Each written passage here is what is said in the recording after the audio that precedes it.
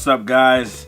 It's me, Stefon Whitaker from Stefon's Vlogs, and what you saw there was from the magic of my new camera, the Canon M50. So I've been wanting to make this video for a pretty long time now because I've had the Canon M50 for a decent amount of time. I think for at least, I want to say I've had it for at least about a month or two now, almost 2 months, and I've been wanting to do an overview about this camera forever.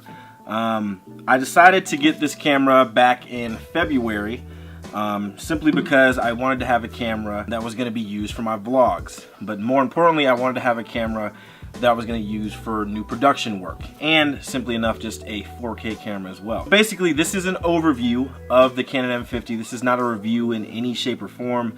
I'm just going to be talking about my experience so far with it and all the cool little stuff that it can do. First and foremost, I feel like I'm kind of not prepared to do this video. Only reason I say that is because I feel like I have not spent enough time with this camera, and there's just a couple things that I've wanted to do with this camera that I haven't had too much opportunities to do certain things with this camera.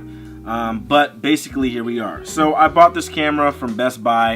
It was like $700. I got it with the kit lens, which is like a 15 to 45 millimeter lens. First and foremost, one thing that you will probably understand about this camera right off the bat is this is a very small camera. This is smaller than my T5i, which I'm filming on right now. Reason because it is a mirrorless camera instead of like a DSLR, so it is a little bit smaller. The sensor size, which you can see in here kind of aptly, is a very small, cute little sensor. Man, I don't even know where to begin about this camera, but all I can really say is it is a big step up from my T5i, but I think it only really is a step up from DSLR, from in this DSLR world that I've kind of delved in. I got this camera in February, and then probably like a couple days later, I actually rented the Blackmagic Pocket Cinema Camera 4K for a music video shoot that I did. I got those cameras around the same time, and I honestly did not really mess with this camera as much. I mean, I did a little bit, but obviously I was more interested in the Pocket camera simply because that, you know, has way better footage. It's more expensive. I got all this other crazy stuff to go along with it. That video will be next. The Blackmagic overview as well, so be on the lookout for that. I didn't get a chance to really mess with this camera as much. You know, I mean, I use it in certain lights. I took photos with it. I kind of seen some things that I kind of liked from it. And I had watched tons and tons of reviews about this camera because I was wondering if I really wanted to get this camera. There was kind of like certain things that were holding me back from getting it, and then I decided, you know what, F it, man, I'm gonna get this camera because I need a new camera. I have the budget right now, and yeah, I just really need a new camera. And I kind of want to start with talking about the cons first. All right, so first off, there's like a couple cons I have with it, but it's not anything, I guess, major to my point to where it like really turns me off from this camera. One con, I guess, is that it is a very small camera. I've definitely kind of used it filming in different areas and filming in different scenarios, filming handheld with the camera, and it's very small.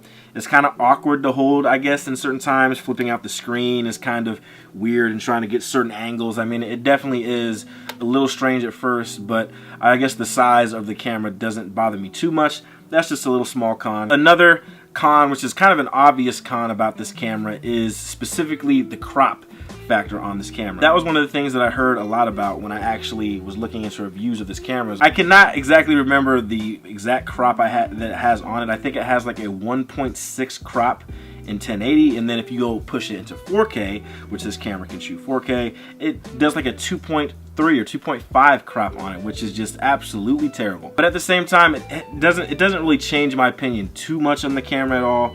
All it really does is it's going to push your focal length a little bit more. And of course, with having the crop in 4K, you really have to kind of strategize your shots out a little bit more.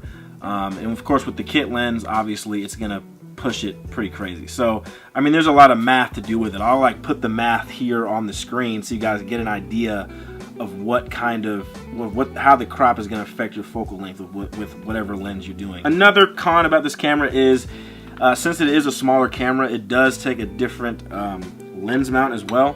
This is an EFM lens mount, which is, you know, I guess standard for the M line of Canon's mirrorless and DSLR cameras. The EFM lenses, I've only really seen two, and I think they only have two on their lineup.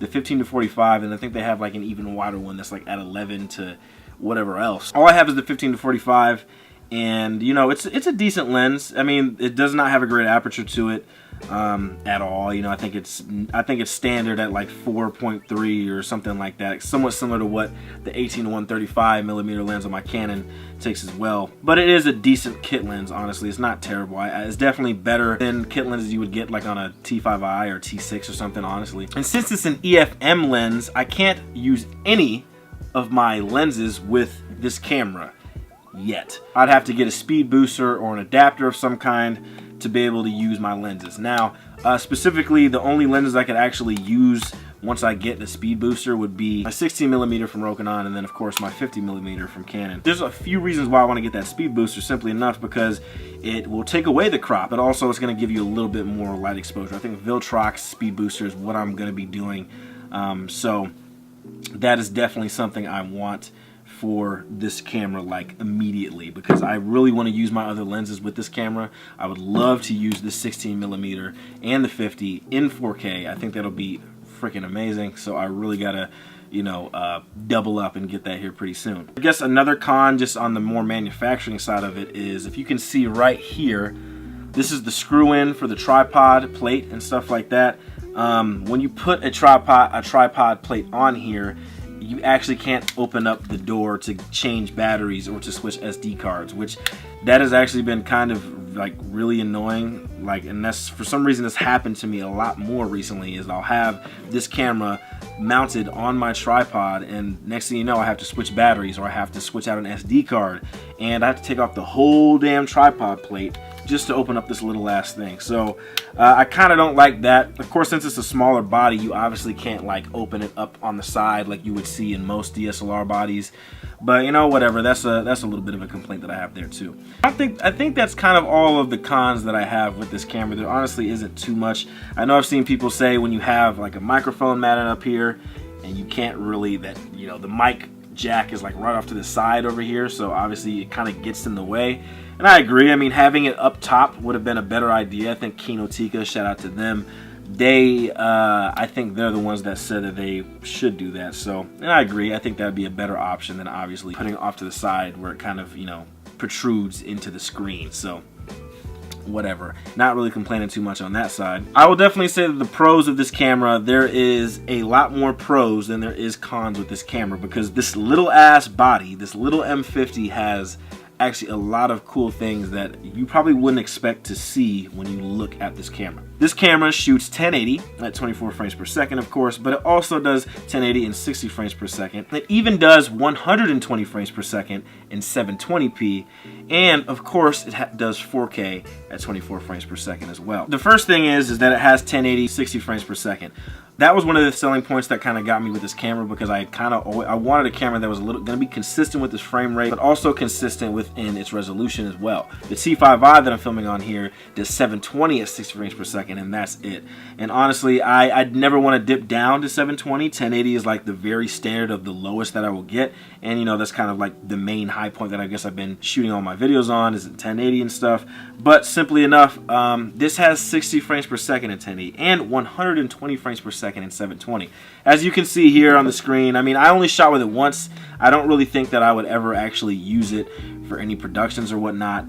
I mean, I probably would upscale that 120 frames per second into 1080, but there's obviously a little bit of issues, you know, aliasing and moire and stuff that you can see, and obviously the resolution doesn't look as good as it really could be. But you know, honestly, it's not terrible, you know, but I definitely don't think I would use it in a production quality video. Of course, the 4K. This is my first actual 4K main shooter that I've ever had. Of course, I have a GoPro Hero 4 that shoots 4K as well, and my drone. But obviously, I can't really use those to be my main shooter. I mean, I can, you know, if I have a project, if there's a really good reason for me to do it. That was one of the big reasons why I bought this camera as well, was the 4K. Now, of course, the crop in 4K can be a little annoying, but honestly, it's not too bad. Honestly, I guess that's kind of something that's not too much of a bother and so much of an issue for me is that it crops in. But of course, with that Viltrox adapter, I'll be able to turn that 2.5 crop back into like a 1.3 or something like that. So honestly, having the Viltrox speed booster around is definitely something I gotta have very soon, because I definitely want to start shooting 4K with cinema lenses. The 4K on the kit lens looks really nice too. I mean, it really does look really good. Like, I really love the quality. Everything does look pretty cool with it. Of course, everything you're seeing now is probably going to be down res by 1080, but man, I really do like the 4K on this camera. Another cool thing about this camera is it does time lapses. That's another thing that sold me on this camera like crazy. As you can see here, I've done a couple time lapses. I love the whole sunset and sunrise time lapse. That was very hard to do, by the way. The basic pros as well, you know, obviously has an articulating screen. This camera is like honestly made, I think, for vloggers and YouTubers, I would really say. This just seems to have that kind of vibe going for it. The button layout and stuff and everything is great. Nothing too crazy I had to get used to. Definitely kind of get a little sidetracked or switched up sometimes when I'm working on the T5i and then working on the M50, and I'll kind of press certain spots on the T5i that are supposed to be on the M50 and it's not there. And so sometimes I have to get a little used to that, but honestly, you know, button layout is pretty smooth. Less buttons than the T5i, and I would say a little bit more intuitive to use than the T5i too. So I really like it. One thing that I did not expect myself to like was specifically the viewfinder. Now, this has an electronic viewfinder instead of a regular viewfinder that you would see on the T5i, and honestly, I love this thing. Having that viewfinder is like the best thing in the world, honestly. I've been using it. Sometimes I'll literally just film just like that, looking through the viewfinder, and it's just, I don't know, it's really cool to me. Another great thing is focus peaking as well. Focus peaking is something I've always wanted to have. Like the T5i, I had to get Magic Lantern to get a lot of the same effects that you would see on the M50. If that tells you anything, this is definitely a big upgrade compared to the T5i. And then of course, probably the biggest selling point, I guess, for most people when it comes to the M50 is the dual pixel autofocus, which honestly is incredible. I definitely can't lie. I mean, I think the reviews that I've watched have definitely sold off the dual pixel autofocus a little bit better than I am, but honestly, this camera stays really well in focus. I mean, it definitely captures everything possible. But that kind of goes back to a con that I didn't list, was that the dual pixel autofocus gets eliminated when you go into 4K. When you go into 4K, it's like a contrast based autofocus, so the autofocus is ass basically when you go over to 4K and the camera. So, and honestly, that wasn't too much of a bad selling point for me, and the only reason I say that is because I don't really ever use autofocus. I guess I only use autofocus when I'm setting up in moments like this, or if I'm doing an interview, or specifically doing some kind of movement where I want some autofocus. But a lot of the times I'm really using manual focus because, you know, most filmmakers use manual focus. So I was not really troubled by that at all. So it didn't bother me too much, but at the same time, there's certain things I see definitely more beneficial using 1080 autofocus than obviously using the 4K. So my main reason for buying this camera specifically was to use it as a vlog camera. Like, this was going to be my main camera for STEFON's vlogs, and honestly, I was really just going to leave it to where it was going to be the only camera I was going to use on STEFON's vlogs. But I think over the weeks and stuff of me actually kind of using it and kind of, you know, getting familiar with the camera, I honestly might use this for my productions more, simply because it looks better in 1080, but also the 4K. I mean, you know, the T5i doesn't have that. I've had the T5i for about 4 years. I had it when I was in college, and I loved it. I mean, I love the T5i. It's definitely a camera that I won't get rid of. You know, it's definitely great for, I guess, a B camera in this sense, since this is, you know, I only have two cameras, two main shooters. So having this for the vlogs was just a perfect mix. But I'm probably going to use this more in my productions. I actually have a couple of different projects I'm going to be doing where I'm going to be filming with this camera mainly. So if I ever really use my T5i, it might only be for me to get you know, extra angles, or have, you know, B cam during an interview, something like that, or just simply enough if my, you know, M50 for some reason isn't available, or if it's, you know, it gets f***ed up, which we, you know, knock on wood, we don't want that to happen. But the only thing stopping me from really going all out, full all out with this camera on productions is simply no lens mount yet to use my other lenses. So while we're at the end of this video, I want to do a little giveaway for some very particular crowds of people: the musicians, the artists, the rappers, the singers, the country bands, the bands, whoever.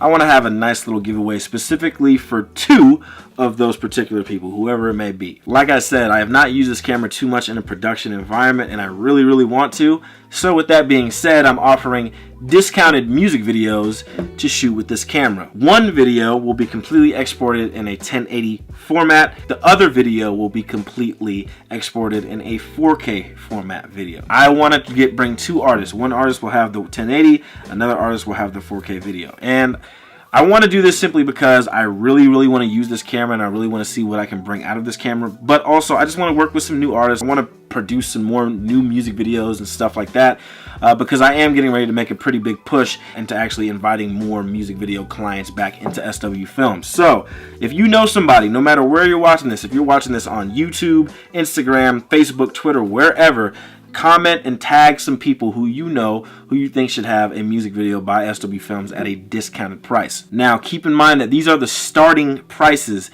that are being discounted. So whoever gets the 4K video will actually have to pay just a little bit more. That price is being like basically cut in half than what the regular price of having a 4K video would be.